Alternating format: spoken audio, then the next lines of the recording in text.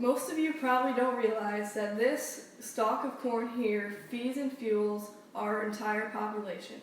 Every spring, according to the USDA, more than 90 million acres of corn is planted in the United States, whether it's GMO or non-GMO.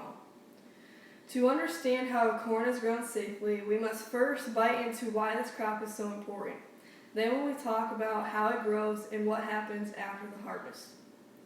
First of all, corn is a major ingredient in livestock feed. The amount of corn used in the feed depends on the crop supply and the price. 29% of a year's product is used for ethanol production, according to the Iowa Farmer Today. The United States is the world's largest corn producer, with Iowa leading 1/3 of the nation's crop. We currently export between 10 and 20% annual production. Now we will learn more about how this crop grows. As a member of the grass family, all types of corn grow the same way. Once the seed is planted about 2 inches into the soil, it germinates in about 5 to 12 days. As it grows, the corn stalk develops a thick stalk and many flat pointed leaves.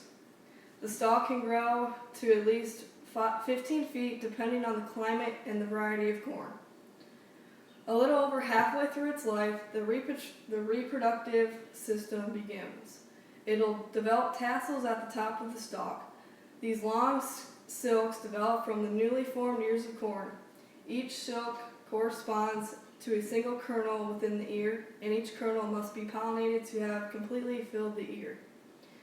The tassels contain pollen that falls down and is carried to the silks by the wind. The next stages of the corn's growth determines the flavor and texture of the kernel. Here you have a great deal of control because it usually depends on the timing of the harvest. After harvest, using grain futures contracts, you establish a forward price for your crop. This can be done anytime prior to when you expect to sell grain in your local cash market. For example, at planting time for your corn, you may decide to use futures to establish a forward price for the corn you will sell at harvest. Or you could use the futures to price grain in storage that you will sell at a later date. Lastly, GMO corn is safe and more efficient than non-GMO corn. People are too quick to judge GMO corn to be a negative thing because marketers label non-GMO as 100% organic or GMO-free, which leads people into thinking that GMOs are unsafe. GMOs produce more product and are safe for people and animals to consume. I hope you all learned something new about how corn is grown today and how to spread your knowledge to others. Don't forget that corn is a major ingredient in livestock feed, a key component used in ethanol, and that GMOs are safe.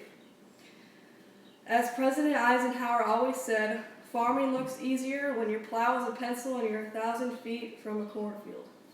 Don't stop it.